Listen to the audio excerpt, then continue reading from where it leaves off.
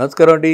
నేను మీ నండి రవికుమార్ని. చాలామంది అడుగుతున్నారు అగ్రికల్చర్ ల్యాండ్స్ మీద ఎలాంటి రిస్ట్రిక్షన్స్ ఉన్నాయి, ఎన్ని గుంటలైతే రిజిస్ట్రేషన్ అవుతుంది, ఎన్ని గుంటలైతే రైతు పాస్బుక్ మాకు వస్తుంది, ఆ ఆ విధమైనటువంటి ఎన్నో అనుమానాలు సందేహాలు తోటి చాలామంది అడుగుతున్నారు. కాబట్టి దాన్ని చర్చిద్దామని మీ ముందుకు వచ్చారన్నమాట.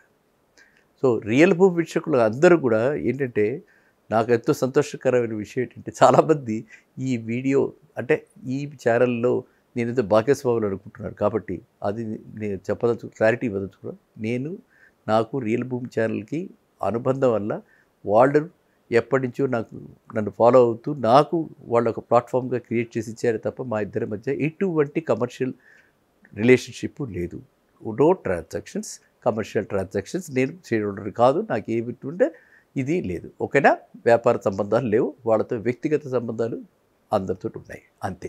సో అది అయిపోతే ఇక మనము అగ్రికల్చర్లో వ్యవసాయ భూములు అంటే ఏంటి, మనం ఫస్ట్ తెలుసుకోవాల్సింది ఎకరానికి 100 సెంట్లు ఇక్కడ వాడం. మనకి హైదరాబాదు తెలంగాణ అంతా కూడా గుంటల్లో మాట్లాడుకుంటాం. 40 గుంటలు ఎకరానికి, 121 గజాలు ఒక గుంటతో సమానం. సో 121 గజాలు ఒక గుంటతో సమానం. అయితే ఇప్పుడు ఈ లేటెస్ట్గా ఇదివరకు మన గతంలో ఎన్నెన్నో విన్నాం, నేను కూడా విన్నా. 5 గుంటలు ఉంటే కానీ చేయరు, 10 గుంటలు ఉంటే కానీ చేయరు, ఇలా అన్నీ విన్నాను. కానీ ఇప్పుడు నేను తెలుసుకున్నటువంటి సమాచారాన్ని బట్టి చూస్తే 2 గుంటల వాళ్ళకి కూడా రిజిస్ట్రేషన్ జరుగుతోంది, రైతు పాస్బుక్ వస్తుంది. సో రైతు రుణాలు వస్తాయి. మళ్ళీ అగ్రికల్చర్ గోల్డ్ లోన్లు తీసుకోవచ్చు, అగ్రికల్చర్ లోన్లు తీసుకోవచ్చు, క్రాప్ లోన్లు తీసుకోవచ్చు. వీటిల్లో సామూహికంగా మనమంతా కూడా పంట పండించుకోవచ్చు. అండ్ ఇప్పుడు తెలంగాణలో ఇదివరకు ఎన్నడూ లేనటువంటి ఒక రకమైనటువంటి మూమెంట్ హెల్త్ పరంగా. ఎందుకంటే ఈ పెరుగుతున్న క్యాన్సర్ రోగుల సంఖ్య రోజు రోజుకి మనం చూస్తున్నాం. ఆ పెరుగుతున్న సంఖ్య వల్ల భయాందోళనకు గురైన, లేకపోతే దానివల్ల జాగరూకతతోటి అంటే అవేర్నెస్ వచ్చి అందరూ కూడా న్యాచురల్ ఫార్మింగ్ కానీ ఆర్గానిక్ ఫార్మింగ్ కానీ చేపడుతున్నారు. కాబట్టి ఇటువంటి అగ్రికల్చర్ ల్యాండ్స్కి చాలా డిమాండ్ ఉంది. అయితే ఇవి మనం కోట్ల రూపాయల్లో ఎకరాలు కొనుక్కోలేకపోతున్నారు. కాబట్టి చిన్న చిన్న ఫ్రాక్షన్ హ్యాండ్ హోల్డింగ్స్ 2 గుంటలు కొనుక్కుంటే శుభ్రంగా 242 గజాల్లో ఏవో కావాల్సినవి 4 జామకాయలు, 2 కొబ్బరి చెట్లు, 2 అరటి చెట్లు పెట్టి మధ్యలో ఇంటర్ క్రాప్స్ తోటకూరలు, వంకాయలు, టమాటాలు, బెండకాయలు ఇలాంటివన్నీ పండించుకుని వీక్లీ వెళ్ళి అవి తెచ్చుకుంటున్నారు. సామూహికంగా చేసుకుంటూ అంతా చాలా చక్కగా ఆనందంగా కూడా నాకు అనిపిస్తూ ఉంటుంది అలా వెళ్ళినప్పుడు చూసినప్పుడు. కాబట్టి మీరందరూ కూడా ఈ రోజుల్లో ఇలాంటివి సదుపాయాలు ఉన్నాయి. కాబట్టి అవన్నీ కూడా ఫెన్స్డ్ ప్రాపర్టీస్. కాబట్టి ప్రమోటర్ని మాత్రం మీరు ఖచ్చితంగా గట్టివాడిని సెలెక్ట్ చేసుకోవాలి. ప్రమోటర్ బ్యాక్గ్రౌండ్ బాగుండాలి, ప్రమోటర్ మనకి అవైలబిలిటీ ఉండాలి. ప్రమోటర్ అన్నీ అమ్మేసుకుని వెళ్ళిపోయేవాడు కాకుండా, ప్రమోటర్ మనకి కొన్ని కాకపోతే కొంత ఏదో 5% ఆఫ్ ల్యాండ్ అన్నా 10% ఆఫ్ ల్యాండ్ అన్నా ఆయన పేరును ఉండి ఆయన అక్కడే ఉండేలాగా ఉంటే మంచిది మనకి. ఎందుకు అంటే ఇలాంటి అగ్రికల్చర్ ల్యాండ్స్కి ఫస్ట్ డ్రాబ్యాక్ ఎలాంటి అప్రూవల్స్ అవసరం లేదు. ఓన్లీ మనకి ఆయన పాస్బుక్లో 10 ఎకరాలు ఉంటే ఆ 10 ఎకరాలు అమ్మేదాకా రిజిస్టర్ చేస్తూనే ఉంటారు. సో అందువల్ల అక్కడ ఒక చిన్న లూఫోల్ కనిపెట్టి, లూఫోల్ ఉంది కాబట్టి చీట్ చేసే అవకాశం ఉంది. కాబట్టి నేను మీ అందరికీ కూడా ఈ విషయం చెప్తూ జరుగుతుంది. 10 ఎకరాలు మరి మన 4 గుంటలకో 5 గుంటలకో లేదా 2 గుంటలకో మనకు వెళ్ళటానికి దారి ఉండాలి కదా. అందులో 2 గుంటలు ఏవి అని మనం తెలుసుకోవాలి కదా. సో కాబట్టి అలాగ తెలుస్తూ వీళ్ళు ముందర మనకు అమ్మేటప్పుడు 40 గుంటల్లో 30 గుంటలకే 32 గుంటలు అమ్మేలాగా చూపిస్తారు. తర్వాత 8 గుంటలు కూడా అమ్మే అవకాశం ఉంది. కాబట్టి మనం ఖచ్చితంగా ఇన్సిస్ట్ చేసి ఆ ప్రకారంగా మనం అంతా అన్ని ప్లాట్లు అమ్మేసేసాక ఆ రోడ్లు ఏవైతే వేశారో 20 అడుగుల రోడ్లు వేస్తారు. సామాన్యంగా ఈ అగ్రికల్చర్ లేఅవుట్స్ అన్నింటిలో కూడా 20 అడుగులు వేస్తారు. ఆ 20 అడుగుల్లో ఈ ల్యాండ్ ఏదైతే ఉందో రోడ్స్ ఉన్నటువంటి ల్యాండ్, ఆ రోడ్స్ ఉన్న ల్యాండ్ అంతా కూడా ఒక సొసైటీగా గాను అసోసియేషన్ గాను ఈ ఫామ్ ప్లాట్ ఓనర్స్ అందరికీ కలిపి ఒకటి ఫామ్ చేసుకుని వాళ్ళకి అది ఇచ్చేయాలి. ప్రమోటర్ వెళ్ళిపోతుంటే అవి వాళ్ళకి ఇచ్చేయాలి. ప్రమోటర్ ఉన్నా కూడా ఇదంతా కూడా మనం ఆల్రెడీ మనకి ఈ కాస్ట్ అంతా కూడా పాస్ ఆన్ చేసే ఆ ల్యాండ్ కాస్ట్ ఫిక్స్ చేస్తారు. కాబట్టి అది ప్రమోటర్ది కాదు, అది ఈ ప్లాట్ ఓనర్స్ అందరిది సొంతం అనమాట. సో ఈ జాగ్రత్త మీరు తీసుకోకపోతే మొత్తం అమ్మేసుకునే, మొత్తం రిజిస్టర్ చేయించి మొత్తం ఉన్న ల్యాండ్ అంతా కూడా ఆయన పేరు నుండి 4 ఎకరాలు 5 ఎకరాలు మొత్తం ఈ వినియోగదారులకే అమ్మేసే అవకాశం ఉంటుంది. అది ఒక చాలా అంటే సీరియస్ ఇష్యూ అనమాట. ఇంకొక మోడల్ ఉంది. ఇంకొక మోడల్ రిలేటివ్గా ఒక రకంగా చూస్తే అది సేఫ్ అనిపిస్తూ ఉంటుంది మనకి. ఏంట్రా అంటే మనకి రిజిస్టర్ చేసేది 5 గుంటలు, కానీ మనకు వచ్చే ల్యాండ్ 4 గుంటలు. 1 గుంట ఏంటి అంటే రోడ్డు సైడ్కి, రోడ్డు వైపున మీది దీనిలో కలిసింది అని చెప్పి అలా చూపిస్తున్నారు. అలా చూపించే దానిలో రిస్క్ తక్కువ. మొదట చెప్పిన దానికంటే రెండో దానిలో రిస్క్ తక్కువ. సో ఏదేమైనప్పటికీ కూడా ఈ అగ్రికల్చర్ ల్యాండ్స్కి ఎటువంటి అప్రూవల్స్ అవసరం లేదు కాబట్టి మన ల్యాండ్ ఒకసారి కొనుక్కున్నాక వాటి బౌండరీస్ చూసుకుని, వాటి బౌండరీస్కి ఏదో ఒక విధంగా స్టోన్స్ పెట్టుకుని, కావాల్సిన విధంగా స్టోన్స్ పెట్టుకుని వాటికి ఎప్పుడు కూడా మనకి ఎప్పుడు యాక్సెస్ ఉండేలాగా చేసుకోవటం మాత్రం అది మనకి కొనుగోలుదారికి అది బాధ్యత. కొనుగోలుదారు తగు జాగ్రత్త తీసుకోవాలి. బయ్యర్ బీవేర్ అని మనం కొనేసుకున్నాక దానికి భూమికి మన హక్కుదారులు అవుతాం, కానీ మన బౌండరీస్ మన ప్రాపర్టీ మనకు తెలియకపోతే రేపొద్దున ఎట్లా? సో ఇది ఒక చాలా ఇంట్రెస్టింగ్ థింగ్ ఏంటంటే మనకు ఎంతో కాస్ట్ కాదు. మనం ఒక 10,000 15,000 పెడితే ఇంత పెట్టి కొనుక్కుంటున్నాం. ఒక్కొక్కటి గజం 8,000 వేసుకున్నా సరే 200 గజాలంటే 16 లక్షలు పెట్టి కొనుక్కుంటున్న ప్రాపర్టీని ఒక 20,000 పెట్టి మనం ఫెన్సింగ్ చేయించుకొని పెట్టుకుంటే, 10,000 పెట్టి మనం ఓన్లీ స్టోన్స్ పాతి పెట్టుకుంటే పక్క వాళ్ళు ఎవరో ఇటు పక్క వాళ్ళు ఎవరో తెలుసుకుని ఉంచుకోవాల్సిన బాధ్యత మనది. Know your neighbours. మీ నేబర్స్ తెలియకుండా, మీ వాళ్ళు ఎవరు తెలియకుండా మీరంతా ఒక సొసైటీ, వాట్సాప్లు ఉన్నాయి, టెక్నాలజీ ఉంది, అన్నీ ఉన్నాయి. ఒక అసోసియేషన్ లాగా ఫామ్ అయ్యి, అంటే ఆ అసోసియేషన్ అంటే రిజిస్టర్డ్ బాడీ అవ్వక్కర్లా, మనకు గ్రూప్ అందరూ కూడా ఒక గ్రూప్గా వాట్సాప్ గ్రూప్ క్రియేట్ చేసుకుని దీనిలో వేసుకుంటూ ఉంటే ఆ పర్టికులర్ ప్రాపర్టీని మనము రక్షించుకుంటూ ఒక పక్కన ఈల్డ్ వస్తుంది. మన తర్వాత ఎవరికైనా ఇచ్చి అంతా కూడా ఫార్మింగ్కి ఇస్తే ఇవాళ రేపు ఫార్మింగ్లో కూడా చాలామంది వచ్చి యువత, ఇన్ పర్టికులర్ మన తెలంగాణలో యువత వచ్చి చదువుకున్న వాళ్ళంతా వచ్చి ఫార్మింగ్లో ఇంట్రెస్ట్ చూపిస్తున్నారు. ఐటీ ప్రొఫెషనల్స్ చాలామంది ఇది ఒక హాబీగా వీకెండ్స్ వెళ్ళి చేస్తున్నారు. సో ఇట్లాంటి వాళ్ళల్లో ఎవరికైనా ఇచ్చేస్తే మనకి వాళ్ళ ఖర్చులు అన్నీ పోగా 50-50 ఇస్తున్నారు. It's a very good yield. మనకి ప్రాపర్టీ మనకి ఫెచ్చింగ్ ఉంటుంది, మనకి ప్రాపర్టీ సెక్యూర్డ్గా ఉంటుంది, మనకి కూడా ఆరోగ్యకరమైనటువంటి ఏవి కావాలంటే అవి వాళ్ళు అక్కడ పండించినవి మనకి ఇస్తున్నారు.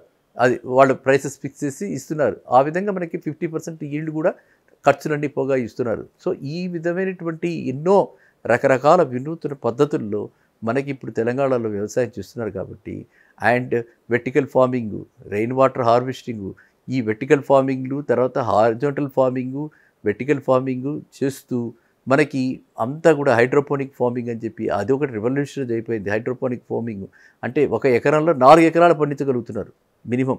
ఈ విధంగా చేస్తూ చల్లగా చక్కగా ఉండేలాగా చిన్న కమ్యూనిటీలో ఒక 10 ఎకరాల కమ్యూనిటీలో 4-5 రూమ్స్ వేసి ఒక విలేజ్ అట్మాస్ఫియర్లో తయారు చేసి వీకెండ్స్ వెళ్ళి ఉండటానికి ఆక్సిజన్ లెవెల్స్ అక్కడ చాలా ఎక్కువగా ఉంటున్నాయి కాబట్టి ఆహ్లాదకరంగా ఉండటానికి రకరకాలైనటువంటి వెంచర్స్ వస్తున్నాయి కాబట్టి మీరు ఇట్లాంటి వాటిని ప్రోత్సహిస్తూ వీటి పట్ల మీరు దృష్టి సారించండి. అట్లాంటి వాటిల్లో రేటు మాత్రం మీరు చాలా జాగ్రత్తగా చూసుకోవాలి. మరీ నేను చెప్పారు కదా ఇందాకనే మీకు 5-6 వేల నుంచి 8,000 అంటే 10,000 లోపల అనుకోండి, 10,000 లోపల depending on the location like Nedururu ఇలాంటి ప్లేసెస్లో ఉన్నాయంటే హ్యాపీగా మనం తీసుకోవచ్చు. ఓకే, అక్కడ తీసుకుని మనం అయితే నేను చెప్పిన ఈ బౌండరీస్ విషయంలో మాత్రమే జాగ్రత్తగా ఉండాలి. ఆ బౌండరీస్ అవి జాగ్రత్తగా ఉన్నాయో లేవో చూసుకుని అలాంటి ప్లేసెస్లో మనం కోరుకుంటే మనము, ఎందుకంటే భావితరాలకి మనం ఇవ్వగలిగింది ఏమిటి? ఆస్తులు ఇస్తే సరిపోలేదు, ఆరోగ్యం కూడా ఇవ్వాలి. ఆరోగ్యంగా ఉండాలంటే ఏం కావాలి? సరైన ఆహారం కావాలి, సరైన నేచురల్ మెథడ్స్లో పంట కావాలి. ఆర్గానిక్ ఫార్మింగ్ అయితే ఇంకా మంచిది. ఆర్గానిక్ ఫార్మింగ్ కాస్ట్లీగా ఉంది కాబట్టి అది వైబుల్గా లేదు కాబట్టి చాలామంది న్యాచురల్ ఫార్మింగ్కి వెళ్తున్నారు. సో మీరంతా కూడా ఎప్పుడైనా సరే అగ్రికల్చర్ ల్యాండ్ తీసుకుంటున్నప్పుడు ఇట్లాంటి జాగ్రత్తలు మాత్రం కంపల్సరీ తీసుకోండి.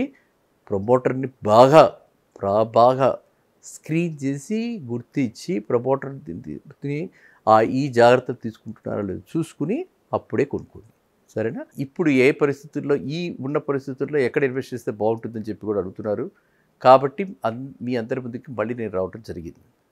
ఎందుకంటే ఏదో ఒక రకంగా అమ్మాలి అన్న ఉద్దేశంతో నేను ఎప్పుడు కూడా ఏ వీడియో కూడా ఈరోజు దాకా ఆ విధంగా నేను చేయలేదు. మీకు అందరికీ ఇన్ఫర్మేషన్ ప్రొవైడ్ చేయాలి.